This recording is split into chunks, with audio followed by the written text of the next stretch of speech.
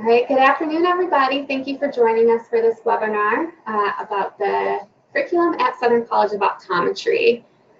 I am excited to have with me to present Dr. Lindsay Elkins, who is an associate professor here at SCO and also the director of our academic programs. And so she's going to lead the conversation and review the curriculum of our four-year Doctor of Optometry program and talk about some of our clinical facilities and a few other things.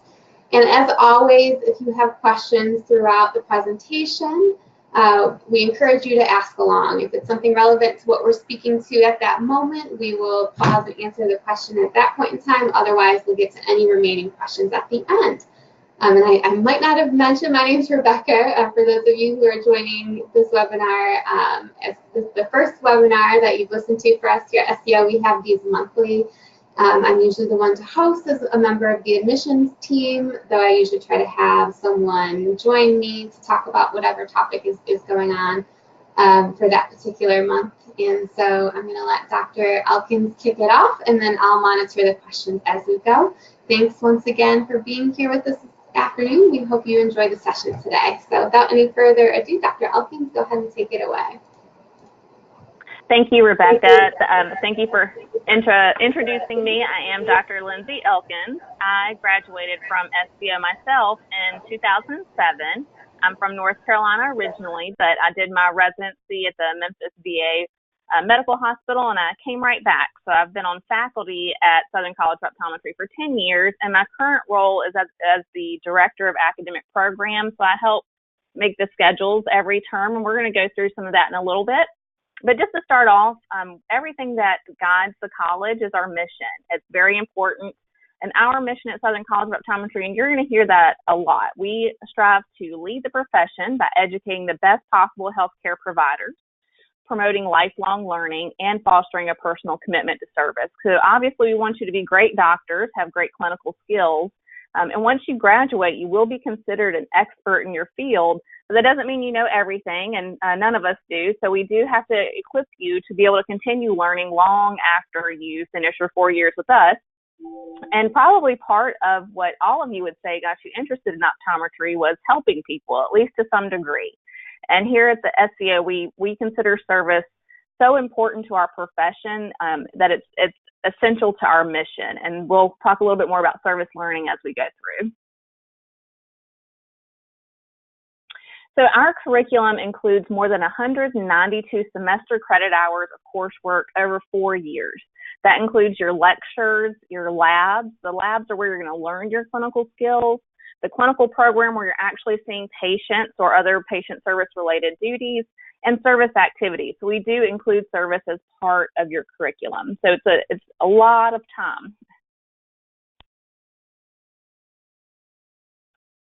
We are fortunate to be located in Tennessee, which has one of the most progressive optometric practice acts in the country. So all of you should know that each state is going to be different in how you can practice optometry. We are a legislated profession, so depending on what the optometry board for your state has decided, that will guide what you can do in your state. So we're very fortunate we can perform injections. You will, during your second year, actually practice performing eyelid injections on each other during your second year. The only thing that we do not have in the state of Tennessee is laser privileges at this time. But as part of our curriculum, we still have a course that is Introduction to Lasers and Perioperative Care, because we do know our students are going to every state, and that the requirements and the scope of practice for each state is likely going to change over time. So you will be prepared to practice anywhere, and there's a lot that you'll get to do here in the state of Tennessee. We've always placed a very strong emphasis on our clinical education. We want all of our graduates to be prepared to see patients in their regular clinics and in whichever situation you may want to go into. And so we do have state-of-the-art facilities, our eye care center, and we have a brand new classroom facility. I guess it's not really brand new now, but in the last 5 years, we'll show you some pictures of things as we go along, though. So some of our external clinic sites, so the eye center is our main clinical facility, and it's adjacent to the college. you look at the mobilized picture down to your right, we do have a mobile unit to go provide care across the community. We have a lot of community partnerships where a lot of times barriers to care may be transportation, and we do try to eliminate some of those barriers. So we do have a mobile unit that we can go to other facilities, schools, or other local community health centers. But behind where that bus is parked is where the 11-story college, which is our didactic facility, and your labs are all held in that large tower, we call it. And right beside it is the eye center. But also in these pictures, we have a lot of other external opportunities even when you're on campus or assigned on campus. So above you see University Eye Care. This is our eye care facility located on the University of Memphis campus. So you can have a different demographic of patients, so young college students. The focal point at Crosstown Concourse, that's a very new facility, and that's a more reminiscent of a boutique style, high-end, technologically advanced clinical space. And the picture below that is just a picture of the lobby of Focal Point. So we're very proud of the diversity of clinical experiences that you're going to have, not only in the eye center, but also in our external clinic sites that are within Memphis. So again, I just mentioned the SCO facilities as far as a tower, and adjacent to that, that's the classroom complex. On the right hand, you're going to see a typical exam room. The one at the top, that's actually one that we have set up to simulate Part 3 of national boards. You do have 3 national board exams that you will have to pass to get a license in any state. And we want to make sure our students are prepared. So of course, you're going to pass clinical proficiencies in our laboratories before you go over to see patients in our clinic. We want to make sure that our clinical facilities have enough equipment and the right equipment where you have an opportunity to practice for that clinical exam. But most of our exam rooms are very similar to the one at the top. On the bottom, you'll see our surgical observatory suite. That's actually one of our ophthalmology partners performing an exam where some of our students are getting to observe. And we do have ophthalmology partners that come to our clinic periodically that our students are able to shadow and observe.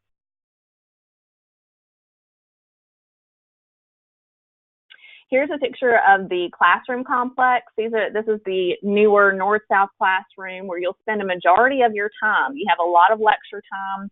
We want to make sure it's a comfortable facility for you. Most students do have their laptop. You're going to be required to have a laptop. All of your examinations are through ExamSoft. You may have experienced that in your undergrad, but you do have to have a compatible device. And once you're admitted and the class is finalized, you'll get more information about that. But you do have electricity, so you can plug things in. It's a very comfortable facility. We're very proud of it. On the right-hand side, you'll see our Theory and Methods Lab. This is located on the bottom floor of the tower, which is very close to this classroom complex. On the bottom right-hand picture, those are actually first-year students in their first couple of weeks. So you're learning clinical skills in your very first year. You do have to pass clinical competencies, and oftentimes it may be on a simulated model, learning retinopathy here. You'll learn something as a simulation, and then you can practice on your partners. So our students are divided into lab groups. So usually there's about 30 or no more than 30 in a lab group. Even though we have a larger class size for when you're learning these clinical techniques, in the labs, it's that smaller group. So you do have the diversity. You'll switch labs every term, and you'll get to practice on a lot of classmates. The picture on the top right, that's also one of some of our people using a demonstration slit lamp. So when you're learning techniques, we certainly want to make sure everyone's able to see what we're able to see in the slit lamp. So the projector there and the camera, so we can see what you're supposed to be seeing, and you can see that from us.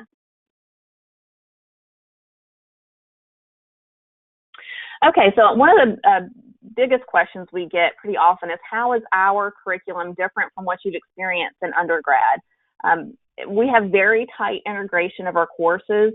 All of our courses build on each other. So there's not really a course where you can learn or cram things in and purge it. We build off of the things that you've already learned. So in a sense, everything's cumulative from this point. We do maintain a sharp focus on our mission. We always keep in mind our ultimate goal of educating the best possible healthcare providers, and so we can be more focused and streamlined.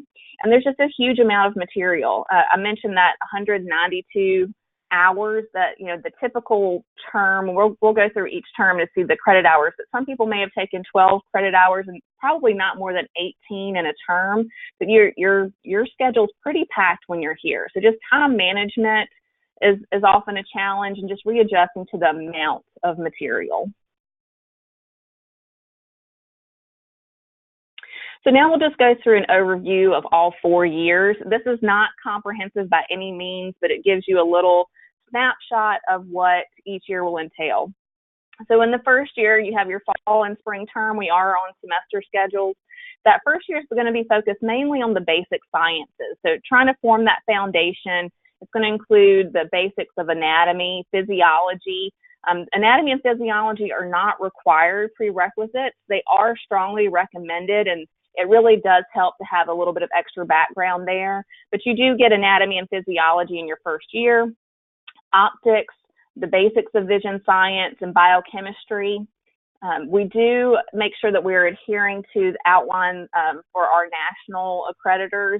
And so we do need to make sure that everyone has that same foundation, so that people are going to be coming with a variety of backgrounds. And so we need to make sure that everyone's going to be on the same page for the foundational sciences.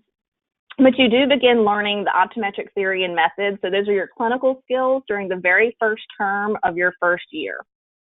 Your overall schedule, it's 23 to 24 credit hours, either fall or spring. And your lectures, it's going to be 18 to 19 hours a week. And for first year, your lectures are in the morning. And then in the afternoon, you have your labs. So the labs are generally where you're doing the more hands-on, more practical things. I mean, you do have labs for 9 hours a week in the afternoon. So you just see it's very, your scheduled time is very intense. And then you have to make sure you have time to study and practice, because there's no way just sitting in lectures and just coming to lab that you'll achieve proficiency in these skills. So time management is, of course, essential. In your second year, you do have a little break between first and second year. We start the mini term, which is usually in July of your second year. And that's a very compressed term to try to spread out some of the information you get. But during that mini term, you'll have pathology, some pharmacology, more clinical theory and methods as well. In the fall, you begin clinical communications and patient care. So the fall of your second year is when you will start using some of your clinical skills going out into the community. You'll have already passed proficiencies on people in your class, but when we are part of our clinical communications and patient care course, we do community screenings and observations in our clinic. But during the screenings, you actually get to use almost all the clinical skills that you've already developed on children, ages 3 to teenager. And so you do have to learn how to modify your skills just from providing those screenings. Evidence-based medicine, people are going to have a varied background on their research background. A lot of people had evidence-based medicine if you did a little bit more research in undergrad.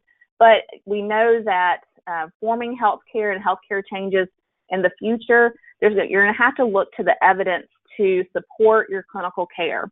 So making sure that you have the tools to do that. We make sure everyone has that background through our evidence-based medicine course. We already talked about the summer mini-term. It is a condensed, 6-week, essentially semester, and it's only 8 credit hours. But that's 13 hours a week of lecture, and it's 5 hours a week of lab and clinic. Fall and spring, it's more intense, but it's a longer semester, usually about 15 weeks for that semester. You'll have 21 to 22 credit hours a term, more lab and clinic. And again, your lectures for second year now will be in the afternoon, whereas your labs will be in the morning.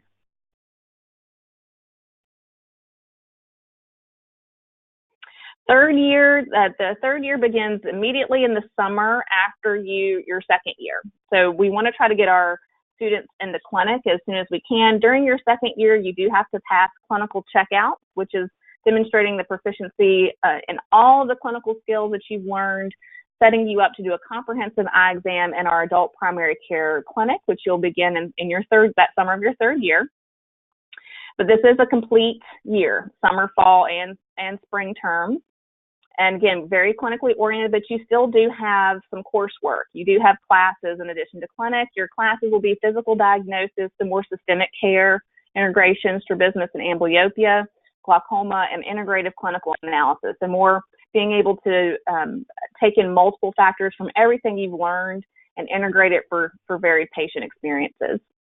And during your third year, it'll be your first encounter with our national board exams. Part 1 of national boards is actually this week for our third year students currently. So it's in the spring term. And everyone has to take that again. And the part 1 is usually your basic sciences. It's similar to the OAT in that it's a computerized exam, standardized test, but it's over everything you've learned, all of the foundational basic sciences over the last 3 years, but it's mostly basic science, multiple choice. But the majority of your time, again, during third year is going to be on campus here in Memphis and in the eye center, mostly adult primary care. You do still have 15 to 20 credit hours per term, a lot more time in the clinic, and your lecture time is still existent, but it's much reduced. Okay, fourth year, this year is spent entirely in clinical situations. So after third year, you have no more lectures. You are entirely devoted to our clinic, either on campus at the eye center, or you have your externship. So you will get to, during your second year, hash out which externships you'd like to go to. Currently, you go to at least one private practice and one institutional. So the institutional practice would be like a OD/MD surgical center type practice or a VA center, some more of an institutional type feel. And we have externships across the country. And you can usually choose which term you go. There are some stipulations on if everybody wants the same one, of course, we'll have some rules as far as that goes. But one of your terms will be at the eye center and 2 of them will be externally.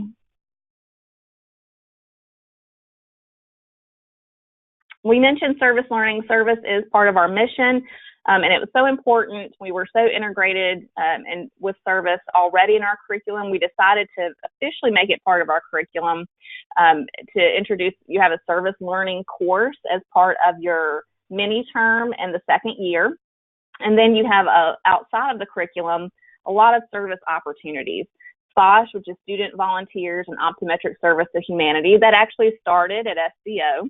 It's where you do humanitarian mission trips centered around eye care. You do have to earn your spot to go on the SPOSH, so there's a lot of requirements to earn that spot.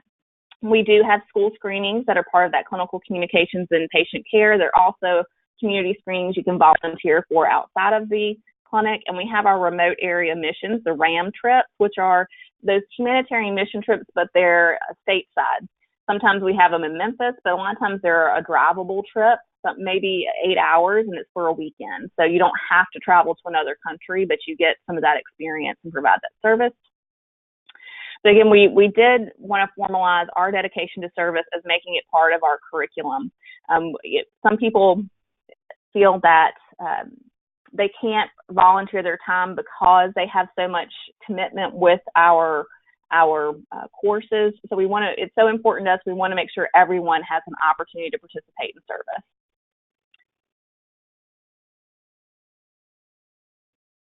Okay, so at the end of your 4 years, you get your Doctor of Optometry degree.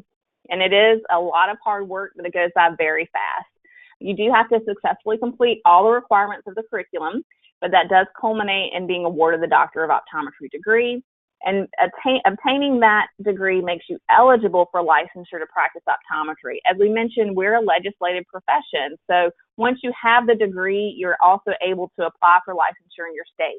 You may have to actually apply for licensure when you're taking your national boards so that you can have those scores sent to the states that you're interested in practicing in. So that is something you have to be mindful of. A lot of states have law exams because the laws are different in each state. So you have to be mindful of when you need to take those law exams. It may be in conjunction with one of the parts of your boards, or you may have to go to that state to take it. A lot of the states have very different requirements for actually obtaining your license in that state.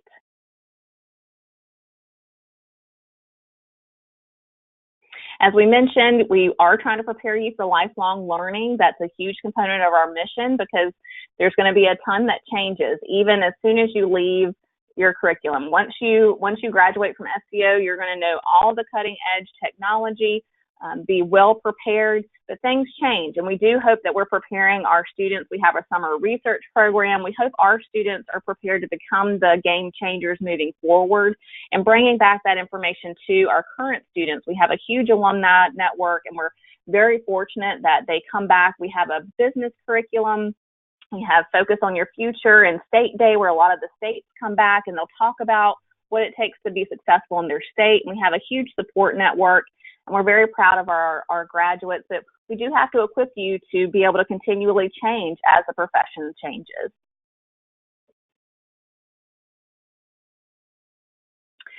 Residency programs for optometry are optional. So I did choose to do a residency. If you decide you wanted to work in academics, that you would have to have done a residency. People a lot of times will say a residency is almost equivalent to 5 years in practice because it's a very intense year. We actually just had the matching for residency programs this week as well. It's usually at least 12 months. You may find fellowships that could be 2 years in length. It's a competitive process, and there aren't enough residencies for everyone to complete them, but everyone can benefit from a residency. It does help you enhance your clinical skills and your decision-making abilities. And usually these residencies are going to be in locations that have a consistent, challenging patient base. As optometrists, we do not specialize, but if you wanted to get advanced training in a certain area, if you're highly interested in vision therapy, we have a vision therapy clinic here as part of our clinic. All of our students get exposure to vision therapy, but if you wanted to take that to another level, you can do a whole residency that specializes in vision therapy. You won't be able to say that you specialize in vision therapy, but that will be an area of emphasis for you from there. Other residencies include, mine was a primary care residency in a hospital-based population at a VA hospital, so it's very ocular disease based. You can do formal ocular disease residencies or contact lens residencies. Or family practice. There are a lot of opportunities for residency if you want to enhance skills in a certain area. And usually it makes you more competitive. It's a way to stand out, to be different from the other people that just graduated. And SCO, we're very committed to the process of residency. We offer more residency positions than any other school because all residencies have to be affiliated with a school or college of optometry.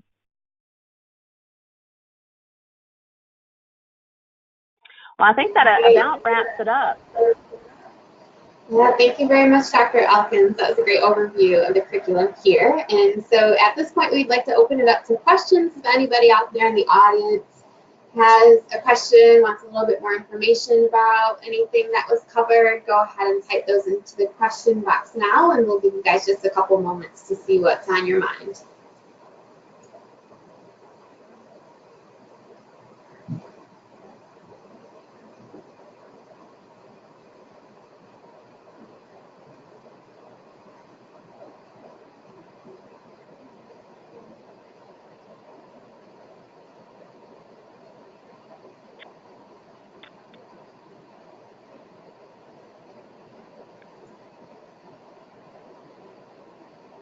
Any questions out there? Just another couple of moments. Dr. Elkins, you must have done a great job overviewing the information. Here's one question coming through. Does the program have the virtual eyes or something along those lines? I'm sorry, can you repeat that? The question is, does the program have virtual eyes or something similarly called? Now, virtual eyes, do you mean as far as for performing binocular indirect ophthalmoscopy, something along those lines?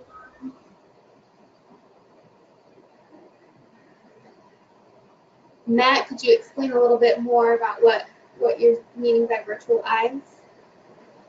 And if you could do that, then we'll field another question in a moment. So another question coming through: can the externships during the fourth year be done outside of Tennessee? Absolutely. We have externships all across the country, even some in Alaska. We have externships all over.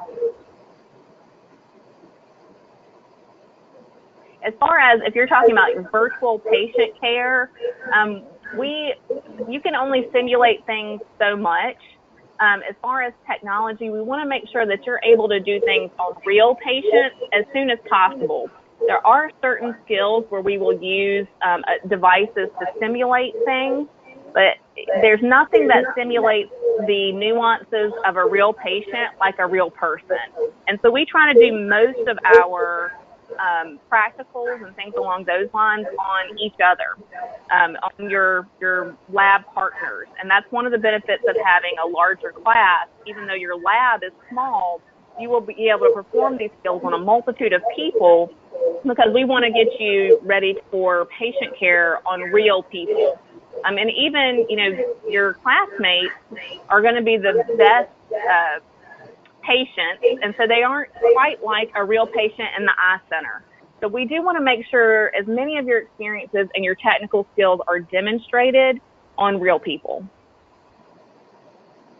All right, there was a follow-up just to mention that there's another school that has virtual eye anatomy simulations, so that could be similar to what you're speaking. Okay, for anatomy, we've actually investigated some of the other anatomy technology.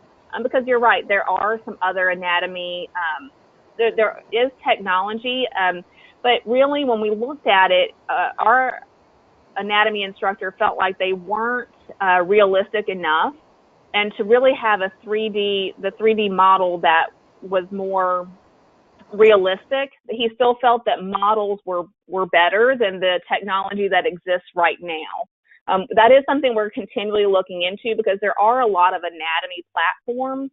But again, we do try to get you either onto with the ocular anatomy, you will use animal eyes. We do have a cadaver lab. That's a very small component. But most of your anatomy with us will be a model-based. But we haven't invested in those technologies because we don't quite think they are where they need to be yet. All right, great. Another question. So one of our attendees says that they're a little wary about having a fellow student or one of their peers practice eye injections on them. Can you speak more to how that's addressed in a safety sort of way? Absolutely. We've been doing injections as part of our curriculum since the 1990s. And we do make sure that you are assisted with other faculty members that are right there. And so we make sure everything's very safe. It is still an injection, but these are the things that we provide we provide a lot of the training for other state associations for doctors to be able to do these injections. And it is essential to our curriculum that you're able to perform these technical skills. Now, we do make sure if someone has a medical reason why they cannot sit as a patient or perform the skill, if at any time it becomes unsafe or someone feels like they cannot do it, we do have protocols for exemption, but everyone has to perform the injection. Excellent. And you're right, you're not going to be the only one that's apprehensive that day, but it goes very smoothly.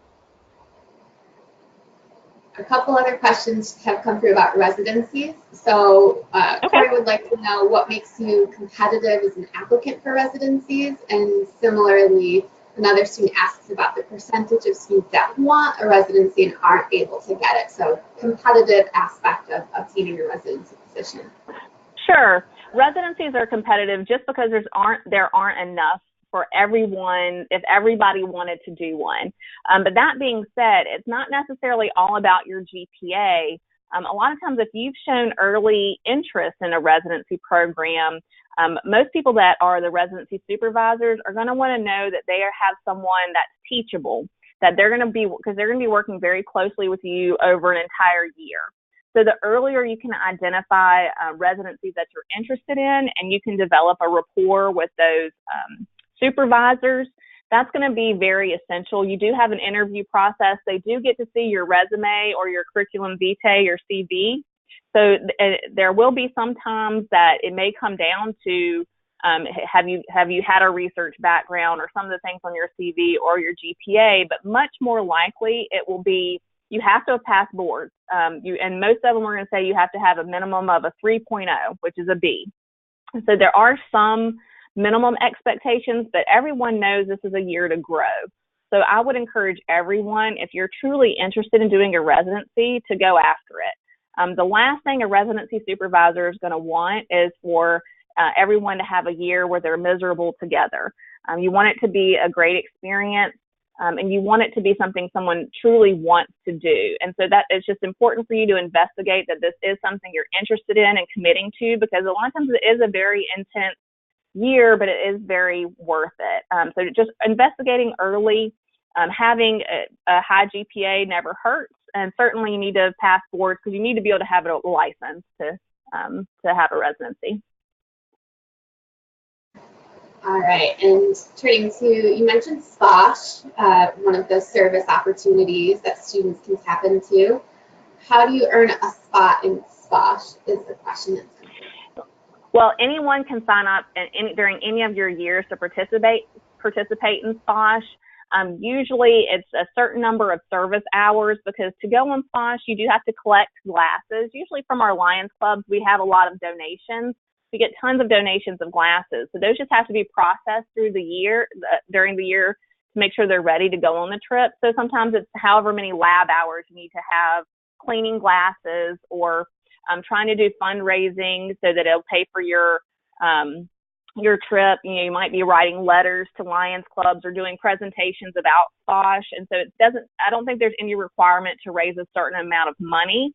It's just you have to have done so many letters or so many presentations and so many lab hours. So it's a very time intensive commitment. So you do have to manage that during the year. It's not something you can do within a very concentrated 1 week off type thing. It is trying to schedule your requirements throughout the year. So again, just identifying that that's something you're interested in early on and being able to handle the time management. But they're very worthwhile trips. They're a lot of fun, and you do get to learn a lot.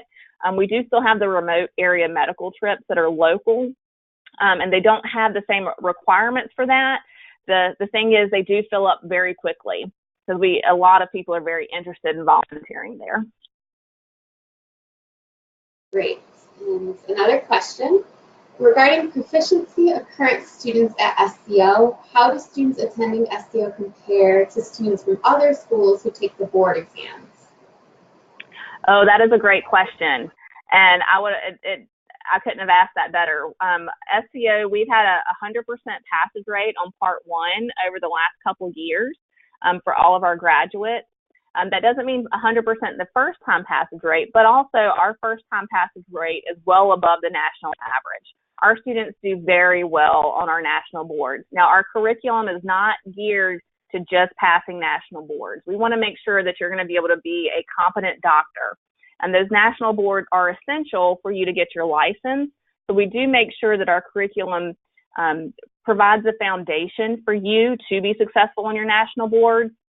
I don't have the percentages right in front of me. I'm sure Rebecca can get those to you, but all of the passage rates on all of 3 parts of our national boards are well above the national average. So our students do very well. They absolutely do. And yes, we have those statistics on our website. I don't have them right at my fingertips, but they're all over our website. And of course, I'm happy to point you in the direction where you can find statistics on for passage rates, on residency rates, on all sorts of things about our students in our program here at SCO. I'm very proud of our statistics and how well our students do. Another question about SPOSH. What countries does SPOSH go to? You know, that might actually change from year to year, and I've not been heavily involved this year, but the last I heard, I think we had some in Bolivia, Jamaica at one point in time, Costa Rica, Mexico, Colombia, Belize. We also have another organization, our Fellowship of Christian Optometrists, and sometimes they will have mission trips to Haiti as well.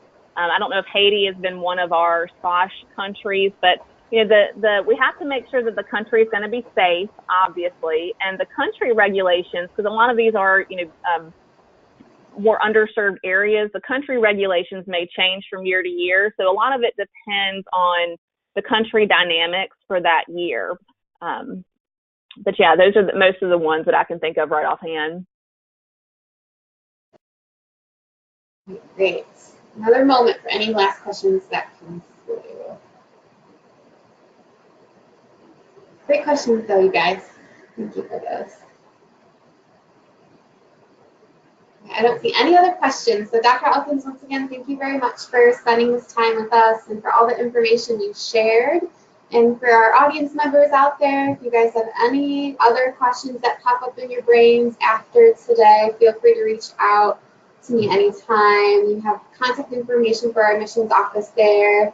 We have lots of information on our website, and of course we do these, as I mentioned, these webinars monthly. So next month's topic will be about the OAT.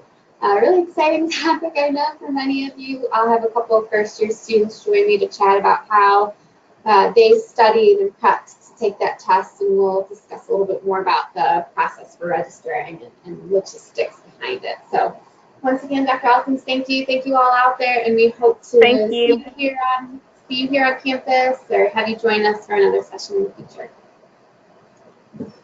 Bye, everyone. Thank you so much. You can find my email on our website. You're welcome to email me, and I'm happy to answer more questions at any time. Have a great afternoon, all.